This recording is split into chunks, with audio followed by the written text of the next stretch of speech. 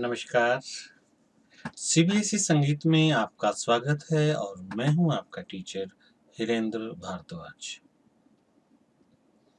आज का हमारा टॉपिक है स्वर किसे कहते हैं और ये कितने प्रकार के होते हैं।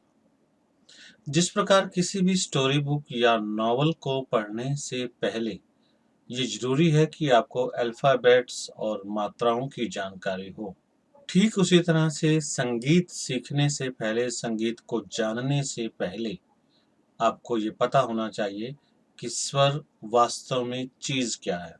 इतना तो हम सभी जानते हैं कि स्वर 7 होते हैं, सा, रे, गा, मा, पा, धा और नी।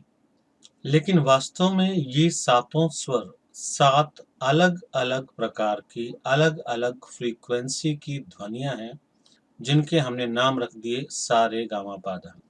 और कोई भी ध्वनि वाइब्रेशंस या कंपन के बिना उत्पन्न नहीं हो सकती, ये वैज्ञानिक प्रूव कर चुके हैं। तो जाहिर है जब हम सा बोलते हैं और सा जो कि एक ध्वनि है, तो वाइब्रेशन जरूर उत्पन्न हुए होंगे। आइए देखते हैं। अपनी 2 उंगली और 1 अंगूठा यहाँ रखें और फिर बोलें सा। आप महसूस करेंगे जब आप बोल रहे होते हैं, आपकी उंगली और अंगूठे पर वाइब्रेशन आपको महसूस होता है, जो कि आपके गले में पैदा हो रहा है। और जब आप नहीं बोल रहे तो उंगलियों में वाइब्रेशन महसूस नहीं हो रहे। तो ये तो तय हो गया कि बिना वाइब्रेशंस के कोई भी ध्वनि उत्पन्न नहीं हो सकती। तो ये तो तय हो गया कि बिना वाइब्रेशंस के कोई भी ध्वनि उत्पन्न नहीं हो सकती। तो सा जो कि एक ध्वनि है, ये भी बिना वाइब्रेशन के उत्पन्न नहीं हो सकता। और इन वाइब्रेशंस या कंपन को हम संगीत में आंदोलन कहते हैं। मतलब बिना आंदोलन या वाइब्रेशंस के कोई भी ध्वनि या स्वर उत्पन्न नहीं हो सकता। मतलब जब भी किसी वस्तु में आंदोलन या कंपन होंगे तो ध्वनि जरूर उत्पन्न होगी, और वो ध्वनि मधुर भी हो सकती है तथा अमधुर भी। तो आइए जानते हैं कोई भी ध्वनि मधुर अथवा अमधुर क्यों होती। आंदोलन होते हैं 2 प्रकार के, एक नियमित और एक अनियमित। जब भी किसी वस्तु में आंदोलन होंगे तो ध्वनि जरूर उत्पन्न होगी, ये हम पहले ही जान चुके हैं। अब यदि वो अब यदि वो आंदोलन या कंपन नियमित होंगे, रेगुलर होंगे, मतलब प्रत्येक सेकंड में वाइब्रेशंस की संख्या समान होगी, तो उससे जो ध्वनि उत्पन्न होगी वो मधुर होगी। और मधुर ध्वनि को हम नाद कहते हैं या स्वर भी कह सकते हैं। और यदि वो आंदोलन अनियमित होंगे, इर्रेगुलर रहेंगे, तो उससे जो ध्वनि उत्पन्न होगी वो मधुर नहीं होगी, और मधुर नहीं होगी तो वो ध्वनि शोर कहलाएगी। और शोर का हमारे संगीत में कोई काम नहीं है। हाँ, नियमित आंदोलनों से उत्पन्न होने वाली मधुर ध्वनि का हम संगीत में प्रयोग करते हैं और उसे स्वर या नाद कहते हैं। और यदि स्वर की परिभाषा की बात करें, हम जानते हैं स्वर 7 होते हैं, सा, रे, गा, मा, पा, धा, नी, और उसके बाद दोबारा से सा बोला जाता है। तो हमारे विद्वानों ने या हमारे वैज्ञानिकों ने इन ध्वनियों की ऊंचाई मापी, इन स्वरों की ऊंचाई मापी। तो सा की ऊंचाई उन्होंने पाया कि 240 वाइब्रेशंस पर सेकंड होती है। या आप यूं भी कह सकते हैं कि उन्होंने 240 वाइब्रेशंस फिक्स कर दिए एक ध्वनि के, और उस ध्वनि को नाम दे दिया सा। अब सा से जब हम रे, गा, मा, पा, धा, नी से होते हुए अगले सा पर पहुंचते हैं, तो ये नंबर ऑफ वाइब्रेशंस या आंदोलनों की संख्या ठीक डबल हो जाती है, मतलब 480। और पा इनका सेंटर पॉइंट है। हालांकि स्वरों की संख्या के हिसाब से पा सेंटर में नहीं आता। पा से पहले सा, रे, गा, मा 4 स्वर हैं, और पा के बाद धा, नी, सा 3 स्वर हैं। परंतु नंबर ऑफ वाइब्रेशंस के हिसाब से पा सेंटर में है, या यूं कह सकते हैं कि पा की ऊंचाई सेंटर में आती है। मतलब 240 और 480 का सेंटर पॉइंट, और वो बनता है 360। अब सा और पा के सेंटर में यदि हम देखें तो गा आ रहा है, तो गा की ऊंचाई क्या रहेगी? 240 और 360 का सेंटर पॉइंट मतलब 300। ठीक इसी तरह से सा और गा के बीच में रे है, तो इसके नंबर ऑफ वाइब्रेशन रहेंगे 270, जो कि 240 और 300 का सेंटर पॉइंट है। इसी तरह से माँ की नंबर ऑफ वाइब्रेशन रहेगी 300 और 360 का सेंटर पॉइंट, जो कि 330 बनता है। अब 360 से 480 तक की दूरी को हमने सभी स्वरों में बराबर बांट दिया। मतलब 360 में 40 जोड़े 400, फिर 400 में 40 जोड़े 440, और फिर 40 जोड़े तो लास्ट में 480 ऑलरेडी है। इस तरह से हमने प्रत्येक स्वर की ऊंचाई या निचाई ज्ञात कर ली। डेफिनेशन में एक लाइन आई थी जिसकी ऊंचाई निचाई को मापा जा सके, तो हमने प्रत्येक स्वर की ऊंचाई निचाई को माप लिया। यदि आपसे पूछा जाए सा की ऊंचाई क्या है, तो आप कह सकते हैं 240 वाइब्रेशंस पर सेकंड। या रे सा से कितना ऊंचा है, तो आप बता सकते हैं 30 वाइब्रेशंस पर सेकंड। यदि पूछा जाए सा रे से कितना नीचा है, तो आप बता सकते हैं 30 वाइब्रेशन पर सेकंड। इस तरह से प्रत्येक स्वर की ऊंचाई निचाई हमने माप ली। तो अब हमारी स्वर की परिभाषा पूरी हो चुकी है। नियमित आंदोलन से उत्पन्न संगीत उपयोगी ध्वनि जो सुनने में मधुर हो तथा जिसकी ऊंचाई निचाई को मापा जा सके, उसे स्वर कहते हैं। अब ये स्वर कितने प्रकार के होते हैं, आइए ये देखते हैं। स्वर होते हैं 3 प्रकार के: शुद्ध स्वर, कोमल स्वर और तीव्र स्वर। और इसको समझने के लिए एक बेहतरीन एग्जाम्पल मेरे हिसाब से रहेगा करेंसी का। हम मान लेते हैं कि ये जो 7 स्वर हैं ये हमारी भारतीय मुद्रा है, इंडियन करेंसी है। सा 1 रुपया, रे को 2 का नोट मान लेते हैं या सिक्का मान लेते हैं, जो भी आप ठीक समझे। इसी प्रकार 3 का नोट, 4 का नोट, हालांकि हमारे यहाँ 3 और 4 का नोट नहीं होता, लेकिन हम मान रहे हैं तो अपने ढंग से मान लेते हैं।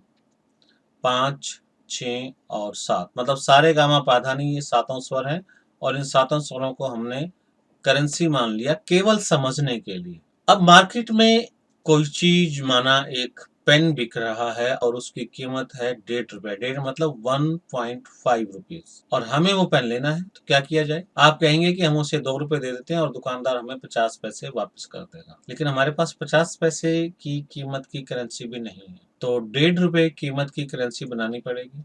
1.5 रुपया आता है 1 और 2 के बीच में, सेंटर में। 2 ऑप्शन है हमारे पास, या तो हम सा की वैल्यू बढ़ा दें या हम रे मतलब 2 की वैल्यू कम कर दें। तो यहाँ हमने दूसरा विकल्प चुना, मतलब 2 की वैल्यू कम कर दी। जब किसी चीज की वैल्यू कम करते हैं तो वो अपने स्थान से कुछ नीचे आ जाता है।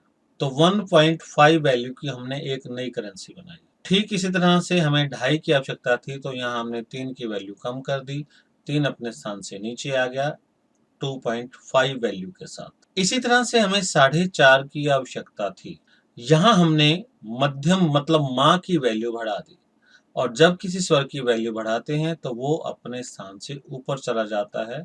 4.5 वैल्यू के साथ माँ ऊपर चला गया। यहाँ आप सोच रहे होंगे जब हम रे और गा को अपने स्थान से नीचे ले आए हैं तो माँ को ऊपर क्यों ले गए? मैंने आपको अभी बताया पा हमारा सेंटर पॉइंट है, और इस सेंटर पॉइंट की हमें बहुत आवश्यकता है। क्यों आवश्यकता है ये हम राग वाले टॉपिक में समझेंगे। और यदि हम पा को नीचे ले आते हैं तो ये पा सेंटर में नहीं रहेगा, इसलिए हमने यहाँ पर पा को नहीं छेड़ा, बल्कि माँ को अपने स्थान से ऊपर ले गए। ठीक इसी तरह से धा को नीचे ले आए और फिर नी को भी नीचे ले आए। ऐसा करने से हमारे पास 5 नए स्वर आ गए हैं। 4 स्वर तो ऐसे हैं जो अपने स्थान से कुछ नीचे हो गए, और एक स्वर ऐसा है जो अपने स्थान से कुछ ऊपर हो गए। अब हम इस करेंसी को यहाँ से रिमूव कर देते हैं और इसकी वैल्यू को भी हटा देते हैं। तो यहाँ देखिए 7 स्वर शुद्ध थे हमारे पास शुरू में, उसके बाद 4 स्वर अपने स्थान से नीचे आ गए और एक स्वर अपने स्थान से ऊपर चला गया।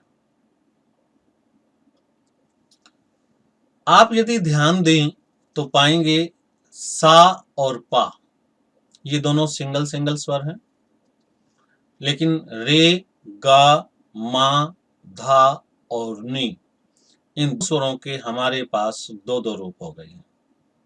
आपने डबल रोल वाली फिल्में देखी होंगी। सभी डबल रोल वाली फिल्मों में एक कॉमन बात होती है, एक्टर एक ही होता है और करेक्टर अलग अलग होते हैं। और साथ ही एक बात और भी कॉमन होती है कि दोनों ही करेक्टर को बिल्कुल एक दूसरे के अपोजिट बनाया जाता है। एक को चोर बनाएंगे तो दूसरे को पुलिस में भर्ती कर देंगे, एक को शरीफ दिखाएंगे तो दूसरे को बदमाश दिखाएंगे, एक को अमीर बना देते हैं, दूसरे को गरीब बना देते हैं। आपने आज तक डबल रोल की ऐसी कोई भी मूवी नहीं देखी होगी जिसमें दोनों करेक्टर का सब कुछ सेम हो, सेम ऑफिस हो, सेम नाम हो, सेम ड्रेस हो, सेम बीवी हो, सेम बच्चे हो, सब कुछ अलग अलग मिलेगा, अन्यथा आप पहचान ही नहीं पाएंगे कि कौन से वाला करेक्टर अब आपके सामने आ रहा है। हमारे घरों में भी कभी कभी ट्विन्स हो जाते हैं, अब वो एक दिन के या 2 दिन के हैं, नाम उनका रखा नहीं गया, और यदि नाम रख भी दिया है तो उन्हें पहचान नहीं। तो ऐसे में उनकी माँ उनको अलग अलग निशानियां लगाती है, एक को लाल धागा बांध देती है, एक को काला बांध देती है, या एक के हाथ में धागा बांध देती है, एक के पैर में धागा बांध देती है, ताकि पहचान रहे कि कौन से वाला कौन सा है।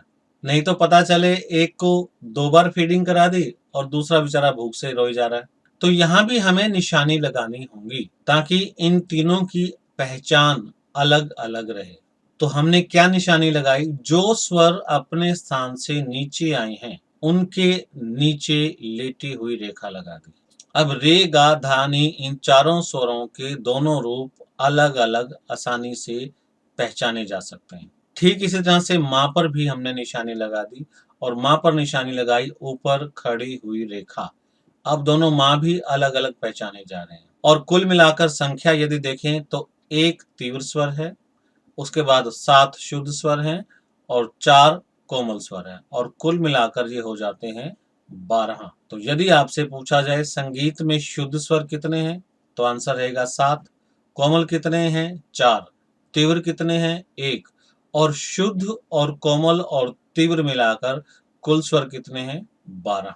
और यदि इन 12 के 12 स्वरों को हम एक लाइन में सीक्वेंस में रखें तो ये इस प्रकार होंगे, मतलब सा, उसके बाद कोमल रे, फिर शुद्ध रे, फिर कोमल गा, फिर शुद्ध गा, फिर मा, फिर तीव्र मा, फिर पा, फिर कोमल धा, शुद्ध धा, कोमल नी और शुद्ध नी। ये 12 स्वर हमारे यहाँ माने जाते हैं, शुद्ध, कोमल और तीव्र मिलाकर। इस टॉपिक की पीडीएफ का लिंक मैं नीचे डिस्क्रिप्शन में दे रहा हूँ, आप वहां से डाउनलोड कर सकते हैं और अपनी नोटबुक में नोट कर सकते हैं। यदि आपको मेरा समझाने का तरीका पसंद आया हो तो लाइक और शेयर जरूर कीजिएगा, और हाँ, सब्सक्राइब करना मत भूलिएगा ताकि आपको मेरे सभी टॉपिक्स की जानकारी मिलती रहे।